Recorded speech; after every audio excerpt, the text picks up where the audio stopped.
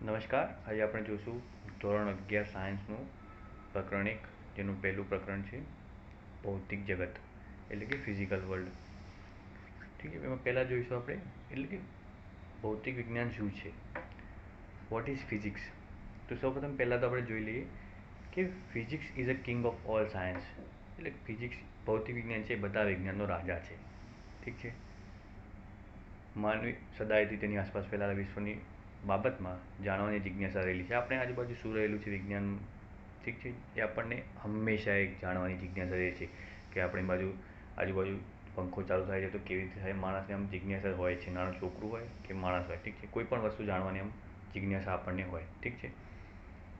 બધી જ જગ્યાએ જીવન દરમિયાન તમે જે પણ કાર્ય કરો છો, જે પણ રોજિંદી ક્રિયાઓ કરો છો, તેમાં તમને બધી જ જગ્યાએ ભૌતિક વિજ્ઞાનનો સમાવેશ થાય છે. જેમ કે પંખો ચાલુ કર્યો, પંખો ફર્યો, સ્વિચ પાડી, પંખો ફર્યો. વિદ્યુત ઉર્જાનું યાંત્રિક ઉર્જામાં રૂપાંતર, વિજ્ઞાન. ઠીક છે. જોઈએ આપણે આગળ.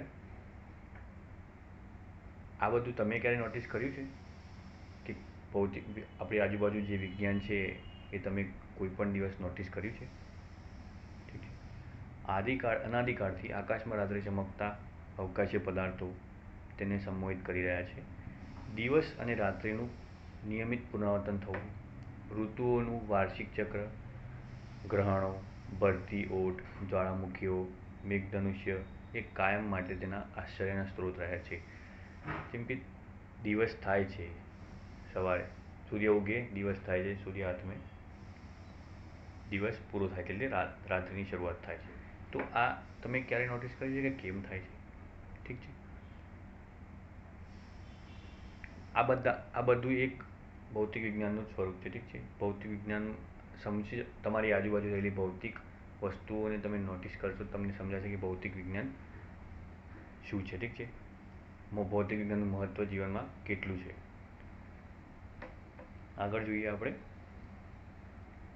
વિશ્વમાં દ્રવ્યના અચરજ પમાડે તેવા પ્રકારો અને જીવન તથા વર્તણૂકની વિસ્મયકારી ભિન્નતા છે. વિશ્વમાં દ્રવ્યના અચરજ પમાડે એટલા બધા પ્રકારો છે. પ્રકૃતિના આવા આશ્ચર્યો અને વિસ્મયો પ્રત્યે મનુષ્ય કલ્પનાશીલ તથા જિજ્ઞાસાશીલ મગજથી અલગ અલગ રીતે પોતાના પ્રભાવ વ્યક્ત કરી રહ્યો છે. મનુષ્ય એક પ્રભાવિત એ રહ્યો છે કે તેને પોતાના આસપાસ રહેલા ભૌતિક પર્યાવરણને ધ્યાનપૂર્વક અવલોકિત કરવું છે.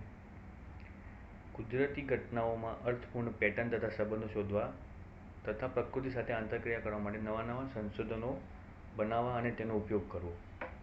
આપણી આજુબાજુ જે થઈ રહ્યું છે એને નોટિસ કરવું, એ કઈ રીતે થાય છે, હવે ક્યારે થશે, એ આખી પેટર્ન મનુષ્યએ જોયેલી છે. જેમ કે સૂર્યગ્રહણ ક્યારે થયું, હવે ક્યારે થશે, તે પણ મનુષ્યએ ગણતરી કરીને બનાવી લીધું છે કે હવે ક્યારે થશે. એ જ રીતે ચંદ્રગ્રહણ પણ હવે ક્યારે થયું, જાણે આજે થયું તો હવે ક્યારે થશે, કેટલા વાગે થશે, ત્યાં સુધીની માનવે પેટર્ન એક આખી ક્રેક કરી લીધી છે. ઠીક છે. વિજ્ઞાન એટલે એક વિશિષ્ટ જ્ઞાન પણ આપણે કહી શકીએ.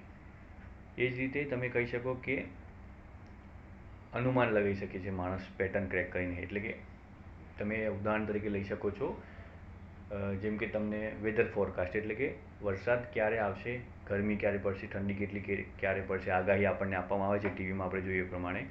તો કહી શકીએ આપણે કે મનુષ્યએ આ ગણતરી કરીને એક આખી પેટર્ન ક્રેક કરી છે, જેનાથી તે અનુમાન લગાવીને આગાહી પણ કરી શકે છે. ઠીક છે. અને આની મદદથી અને વિજ્ઞાનની મદદથી પ્રકૃતિ સાથે આંતરક્રિયા કરવા માટે મનુષ્યએ નવા નવા સાધનોને બનાવી લીધા છે. જેમ કે આપણે ઉદાહરણ તરીકે લઈ શકીએ છીએ કે ટેલિસ્કોપ. તો માનવે સંશોધન કરેલું છે. તો આપણે ટેલિસ્કોપથી દૂર રહેલા ગ્રહો, ચંદ્ર, ગ્રહોના ઉપગ્રહો બધું આપણે જોઈ શકીએ છીએ. ઉપગ્રહો, ઉલ્કાઓ જોઈ શકીએ છીએ. ઠીક છે. તમે આજુબાજુ નોટિસ કરો, તમારા આજુબાજુ અનુભવશો તમે સંશોધનથી. ઠીક છે. તો જેમ કે આમ આપણે વાત કરી પંખો, તો વિદ્યુત ઉર્જાનું યાંત્રિક ઉર્જામાં રૂપાંતર કરે છે. પછી લાઇટ લઈએ આપણે. ઠીક છે. તો લાઇટ છે એ વિદ્યુત ઉર્જાનું પ્રકાશ ઉર્જામાં રૂપાંતર કરે છે. આપણે લાઇટની સ્વિચ પાડી તો લાઇટની સ્વિચ પાડતા સાથે લાઇટ ચાલુ થાય છે, તો એ પ્રકાશ ઉર્જામાં રૂપાંતર કરે છે. જેમ કે ઓવન લઈએ આપણે, તો ઓવનમાં કોઈ વસ્તુ મૂકીએ ઠંડી તો એ ગરમ થઈને બહાર આવે છે, ઠીક છે. તો આપણે કહી શકીએ કે ઓવનમાં મૂકતા સાથે વિદ્યુત ઉર્જાનું ઉષ્મા ઉર્જામાં રૂપાંતર થાય છે, ઠીક છે. અને એ જ રીતે આપણે જોઈએ કે વિદ્યુત ઉર્જા ઉત્પન્ન કરવા માટે ધોધ પડતો હોય અથવા કોઈ ડેમ હોય, તો સરદાર સરોવર ડેમ લઈ લઈએ આપણે, તો તેની નીચે પાણી પડતું હોય ત્યાં ટર્બાઇન લગાડવામાં આવે છે. તો ટર્બાઇન ઉપર પાણી પડે તો ટર્બાઇન ફરવા લાગે છે, તેથી યાંત્રિક ઉર્જાનું એટલે ફરે છે એટલે યાંત્રિક ઉર્જા હોય છે, એમાં યાંત્રિક ઉર્જામાંથી વિદ્યુત ઉર્જામાં રૂપાંતર કરવામાં આવે છે, ઠીક છે. ત્યાં તો આગળ જોઈએ આપણે, સાયન્સ શબ્દનો ઉદ્ભવ લેટિન ભાષાના શબ્દ સેન્ટિયા પરથી થયો છે. એટલે કે સાયન્સ શબ્દનો ઉદ્ભવ લેટિન ભાષાના સેન્ટિયા શબ્દ પરથી થયો છે, જેનો અર્થ છે જાણવું. સંસ્કૃત ભાષાનો શબ્દ વિજ્ઞાન તથા અરબી ભાષાનો શબ્દ ઇલ્મ પણ આ જ વ્યક્ત કરે છે અર્થ, ઠીક છે. જેનો અર્થ છે જ્ઞાન. વ્યાપક અર્થમાં વિજ્ઞાન માનવ જાતિ જેટલું જ પ્રાચીન છે. ઇજિપ્ત, ભારત, ચીન, ગ્રીસ, મેસોપોટેમિયા તથા વિશ્વનું અન્ય દેશોનું પ્રાચીન સભ્યતાનું વિજ્ઞાનની પ્રગતિ ખૂબ જ મહત્વનું યોગદાન રહેલું છે, ઠીક છે. હવે આગળ જોઈએ વિજ્ઞાન અને આગળનો ટોપિક છે વિજ્ઞાન અને વિજ્ઞાન પદ્ધતિ શું છે. તો વિજ્ઞાન કુદરતી ઘટનાઓને શક્ય તેટલી વિસ્તૃત અને ઊંડાણપૂર્વક સમજવા માટે આવતો સુવ્યવસ્થિત પ્રયત્ન છે. તમારે કોઈ પણ કુદરતી ઘટનાને સમજવી હોય તો તેના માટે વિજ્ઞાન અત્યંત આવશ્યક છે. તમારે વરસાદ કેવી રીતે પડે છે એ સમજવું હોય તો પણ તમારે વિજ્ઞાન ખૂબ જ જરૂરી છે. તમારે એના માટે પહેલાં સમજવું પડે પાણી હોય છે જળાશયમાં, સૂર્યના કિરણો તેના પર પડે છે, તેથી તે ઇવોપરેટ થાય છે એટલે કે વરાળ સ્વરૂપમાં રૂપાંતર પામે છે અને હવામાં જાય છે. હવાના કણો વરાળ હલકી હોવાથી ઉપર જાય છે અને તેનું વાદળમાં રૂપાંતર થાય. વાદળમાં પછી આપણે કહી શકીએ કે વાદળમાંથી પછી સૂર્યનો તડકો પાછો પડે એના પર એટલે તે પાછું પાણી સ્વરૂપે નીચે આવે છે. એટલે કે વિજ્ઞાનની જરૂર પડે છે સમજવા માટે, ઠીક છે. અને આ રીતે મેળવેલા જ્ઞાનનો ઉપયોગ કુદરતી ઘટનામાં આગાહી, જેમ કે આગળ વાત થઈ સૂર્યગ્રહણ ક્યારે થશે, વરસાદ ક્યારે આવશે, આગાહી કરવા માટે, ઠીક છે. નિયંત્રણ અને બદલાવ માટેના પ્રયત્ન છે. આપણી આજુબાજુ જે કંઈ જોવા મળે છે તેના આધારે સંશોધન કરવું, પ્રયોગ કરવા અને આગાહી કરવી તે વિજ્ઞાન છે. વિશ્વને સમજવા માટે જિજ્ઞાસા, પ્રકૃતિના રહસ્યને ઉકેલવાનું વિજ્ઞાનમાં સંશોધન તરફનું પ્રથમ પગલું છે, ઠીક છે. હવે આપણે આગળ જોઈએ કે વિજ્ઞાનમાં કંઈ પણ હોય તો વિજ્ઞાનમાં કંઈ પણ કાર્ય થતું હોય, કોઈ પણ મિકેનિઝમ પર કાર્ય થતું હોય તો આગળ જોઈએ વિજ્ઞાન એ ગતિશીલ છે, ઠીક છે. હંમેશા જેનું વિજ્ઞાનની પ્રગતિનો મુખ્ય આધાર છે, ઠીક છે. એકબીજાની આંતરક્રિયા, અવલોકનો અને સિદ્ધાંતોની એકબીજા સાથે આંતરક્રિયા એટલે હંમેશા ગતિશીલ છે વિજ્ઞાન. આપણે જોઈએ એમ તમને પણ ખબર હશે પહેલાં કોમ્પ્યુટર એક રૂમ જેટલું મોટું આવતું, પછી ધીમે ધીમે એક ટેબલ જેવડું થયું, પછી તમે ટેબલ પરથી હાથમાં લઈને બે હાથ લેપટોપ આવ્યું એટલે કે હાથમાં લઈને વાપરી શકો. અત્યારે હથેળી પર લઈને વાપરી શકો એટલું નાનું કોમ્પ્યુટર આવી ગયું છે. એટલે કે વિજ્ઞાન હંમેશા ગતિશીલ રહ્યું છે. જે પહેલાંના સમયમાં તો એના કરતાં અત્યારે વધારે ને વધારે સરળ થતું રહ્યું છે, ઠીક છે. અને વિજ્ઞાનનો એક નિયમ છે ટેકનોલોજીનો કે દર 18 મહિને અપડેટ આવે છે. એટલે કે તમે જે 18 મહિના પહેલાં વાપરતા હતા, 18 મહિના પછી એ વસ્તુ કરતાં ટોટલી નવી વસ્તુ આવી ગઈ હશે, ઠીક છે. આગળ લેન્ડલાઇન પણ લઈ શકીએ આપણે, પછી પોર્ટેબલ ફોન આવ્યા, પછી એન્ટીનાવાળો ફોન આવ્યો, અત્યારે મોબાઈલથી તમે ખબર જ છો કેટલા એડવાન્સ થઈ ગયા છે, ઠીક છે. આગળ જોઈએ ઘણીવાર મોટા ફેરફારો મોટા હોતા નથી, પ્રવર્તમાન સિદ્ધાંતોમાં માળખામાં જ હોય છે, ઠીક છે. ટોક્યો બ્રાહે દ્વારા ગ્રહોની ગતિની સંબંધિત એકત્રિત કરેલ વિસ્તૃત માહિતીનું જોનસ કેપ્લરે પરીક્ષણ કર્યું. તો આ તમામ માહિતી નિકોલસ કોપરનિકસે આપેલ સૂર્યકેન્દ્રીવાદની વર્તુળાકાર કક્ષાઓને બદલે લંબવૃત્તીય કક્ષાઓ દ્વારા વધુ સારી રીતે સમજાવી શકાય છે. કેપ્લરે એના નિયમો આપ્યા કે પૃથ્વી સ્થિર છે અને આજુબાજુ સૂર્ય ફરે છે.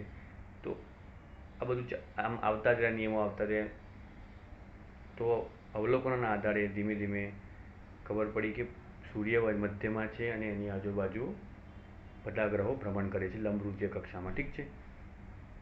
આગળ જોઈએ જો જોઈએ ઘણા વૈજ્ઞાનિકો એ નિયમો આપ્યા, માળખા આપ્યા, એમાંથી ઘણા સફળ રહ્યા તો ઘણા એ મૂળભૂત સિદ્ધાંત સમજાવવા માટે નિષ્ફળ રહ્યા છે. એવો જ એક છે કે સોનાના વરખનો પ્રયોગ ન્યુક્લિયર મોડેલનો, કે જે આર્નેસ્ટ રુથરફોર્ડે કર્યો હતો નામના વૈજ્ઞાનિકે 1911માં. ઠીક છે. તો એમણે શું કર્યું ને કે સોનાના વરખ પર આલ્ફા કણોના પ્રકરણના પ્રયોગમાં પરિણામે ન્યુક્લિયરનું મોડેલ સ્થાપિત કર્યું. એમાં શું કર્યું કે સોનાના વરખ પર તેને આલ્ફા કણોના મારો કર્યો. તો એમાં શું થયું કે 10,000 એક જ કિરણ પાછું આવતું હતું, પાછું વિરુદ્ધ દિશામાં, અને બાકીના બધા કિરણો સોનાના વરખને પાર કરીને જતા રહેતા, એટલે કે પેનિટ્રેટ કરીને બહાર નીકળી જતા હતા. ઠીક છે. એના પછી આ મોડેલ નીલ્સ બોરે 1913માં હાઇડ્રોજન પરમાણુના ક્વોન્ટમવાદનો પાયો બન્યો. ઠીક છે. એટલે કે એમાં નક્કી કરવામાં આવ્યું કે પરમાણુની અંદર ન્યુક્લિયસમાં ધન વીજભારિત કણ રહેલો છે અને પરમાણુમાં ન્યુક્લિયસ તેના બરોબર મધ્યમાં છે, તે નક્કી કરવામાં આવ્યું. ઠીક છે.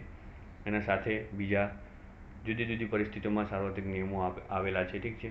કે આપણે જોઈ શકીએ છીએ 1930માં પોલ ડીરાકે પ્રતિકણના ખ્યાલને સૌપ્રથમવાર સૈદ્ધાંતિક રીતે રજૂ કર્યો, જેના 2 વર્ષ બાદ કાર્લ એન્ડરસને પોઝિટ્રોનની પ્રાયોગિક શોધ દ્વારા તેની પુષ્ટિ કરી. પોઝિટ્રોન એટલે કે ન્યુક્લિયસમાંથી છૂટો પડતો ઇલેક્ટ્રોનનો પ્રતિકણ, એટલે કે ન્યુક્લિયસમાંથી જે ઇલેક્ટ્રોનનો પ્રતિકણ છૂટો પડે તેને પોઝિટ્રોન કહેવામાં આવે છે. ઠીક છે. તો આપણે આગળ જોશું આગળના વિડીયો.